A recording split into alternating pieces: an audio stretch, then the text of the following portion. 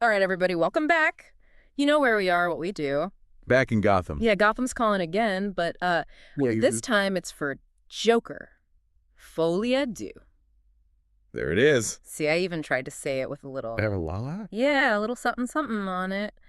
But yeah, we got to talk about this. This is a big deal. This is not your average comic book movie follow-up. I mean, this is attached to a movie that won Oscars, that like broke records, and not only that, but like, I mean, people were talking about Joker for weeks after it came out. Oh, absolutely. And Joker itself wasn't your traditional comic book movie. It was a psychological character study, really, masked as a blockbuster. And I think that's what's got everybody on the edge of their seat for this new one. The expectations are through the roof. Yeah, and you've got Joaquin Phoenix coming back to do his thing again.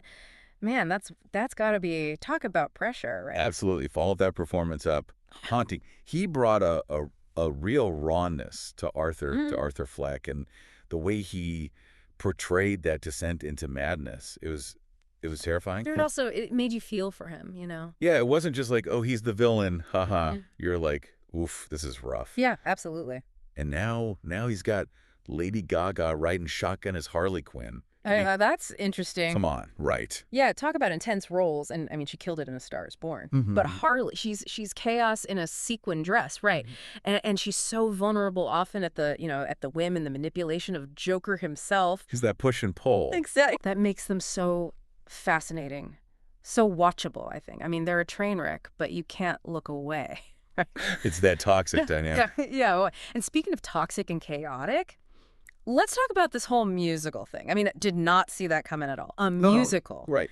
Is this brilliant, or are they just completely off their rockers? I think it could be a little of both. Okay. Because when you think about musicals, Sure. they're not all, tap dancing and big smiles. I mean, you can go to some really dark places. Think about Sweeney Todd. Think about Cabaret. I mean, these are musicals dealing with obsession, with revenge, with the underbelly of society. Yeah, okay, so maybe not Singing in the Rain. No, not quite. Okay, so before we go any further, I got to ask Folie à deux, what is that? Okay, so it's French. I probably butchered the pronunciation. Means madness of two. Oh, okay. It's a psychiatric term. Interesting. For a shared delusional disorder. So I think right from the get-go, the title's giving you a hint at where they're going. This psychological thriller aspect. Yeah. This shared madness between Harley and Joker. So we're really going there, huh? This isn't just like, bad guy, good guy, punch him up. Yeah. We're really getting into like the psychology of their relationship, maybe even like how that plays out, in the world around them. Precisely. And you look at Todd Phillips, the director, right? I mean, Joker. He wasn't afraid to get real, to hold a mirror up to what's wrong. And I think with music now, that could get even more amplified, more powerful, or maybe even more disturbing. We'll see. That's what makes this whole thing so interesting. I mean, it's not even about if you like comic book movies or not at this point. It's about pushing boundaries and taking risks, right? Absolutely. And maybe, just maybe, it'll make us look at some stuff that's a little uncomfortable along the way. Yeah, I think that's a good possibility. It's like, all right, we're doing a musical, but with like a side of existential dread. Right. But I gotta admit, I'm kind of curious to see how this plays out, especially when you think about like who they got to do the music. Yeah, I mean, bringing Hildur Guðnadóttir back on board, brilliant. Her work on the first Joker was, I mean, that was more than just scoring a film. That was sonic storytelling at its best. It was so creepy. Yeah. But like good creepy. You know what I mean? The best kind of creepy. Yeah, and effective. And effective. Remember that cello? Oh, yeah. It was like... so unsettling. It just got under your skin. Mirroring Arthur's mental state perfectly. Exactly. So it makes you wonder, like, if she's doing a full-on musical this time, what's that going to sound like? Right. I mean, are we going to get those dark, dissonant undertones, or is she going to go a totally different direction? Maybe something big and theatrical, to contrast with everything that's going on. Oh, that's an interesting thought. Yeah, like a twisted carnival sort of vibe. Exactly. Tragedy and spectacle all rolled into one. And to top it all off, it's not just the music and the, the Harley and Joker show. You've got a killer supporting cast this time around. Zazie Beetz is back, plus Brendan Gleeson, Catherine Keener, even Steve Coogan's in the mix. What? I know, right? Okay. Makes you wonder, what did they see in this script? Because these are heavy hitters, Yeah. They don't sign on to just anything. They're looking for those meaty roles, those stories that'll really resonate. Shows you there's something special going on here, for sure. Absolutely. Okay, but can we, like, circle back to Harley and Joker for a sec? Because this pairing, this whole folie-à-deux thing, that's a recipe for disaster. Right. In the best way possible, of course. Right. Oh, absolutely. And, it's not just about them, right? This whole idea of shared delusion, it makes you think about those toxic relationships we see everywhere, even outside of Gotham. Ooh, okay. How do we influence each other's perceptions? How do our environments shape who we become? It's like the film's holding up a mirror to all of that, but like a funhouse mirror.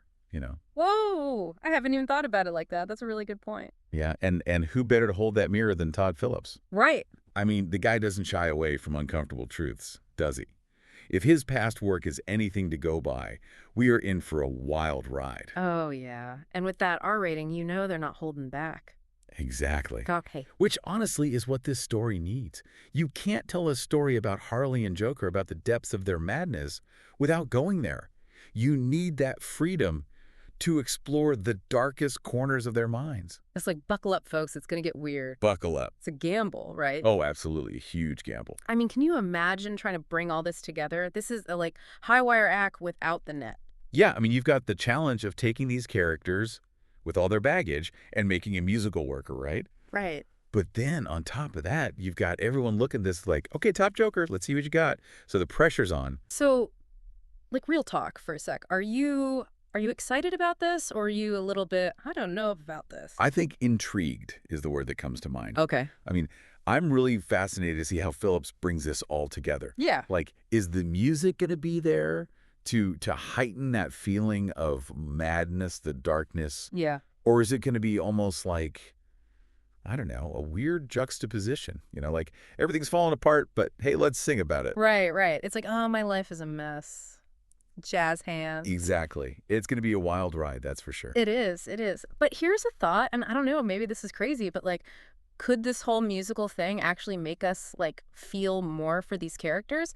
Because it's music, right? It hits you differently. That's a really interesting point. Right. Because it makes you think, like, maybe the singing, the dancing, all of that, it could actually help us tap into their vulnerability, Yeah. Maybe even their humanity in a way that the first film couldn't. See, this is why we do these deep dives, right? Yeah. We start with like, hey, there's a new Joker movie, and somehow we end up talking about like the power of music and like human connection. It's wild. It's all connected though, isn't it? Yeah. I mean, that's the thing. Just like with Harley and Joker and their whole madness of two thing, to understand this movie, we got to be open to seeing things from different angles. We got to embrace the madness a little bit. A little bit. Well, I think on that note, it might be time to wrap up this deep dive on Joker, Folie-à-deux. I mean, we've covered a lot of ground here. We've talked about the music, the characters, even like what the director might be trying to say with all this. And I think it's safe to say we've only scratched the surface. Oh, yeah. This film is going to be chock full of things to unpack, to analyze, to argue about So properly. sure, but hey, that's half the fun, right? Exactly. So to everyone listening, as we get closer to the release, keep those questions coming, keep an open mind, and most importantly, Keep on diving deep. there it is. Until next time, everybody.